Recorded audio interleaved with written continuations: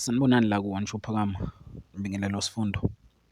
uDumakahle ubonga isiphiwo sakhe sokuthi wayengazi ngempela ukuthi isiphiwo sakhe singenza eze ekhangise ngezimpahla.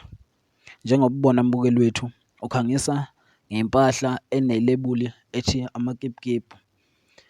Lezi mpahla ungayithola kuma-KIP KIP store or kwi-fascinator. Wasiwathembisa-ke umfowethu uDumakahle ukuthi u-16 track is loading, okusho ukuthi uyeza ne-album. Singasho ukuthi i-album nje, singazi-ke nini ubengakayivezi-ke usuku azoyikhipha ngayo. Sicela nje mbukeli wethu ungakhohlwa ukulike nokusubscribe.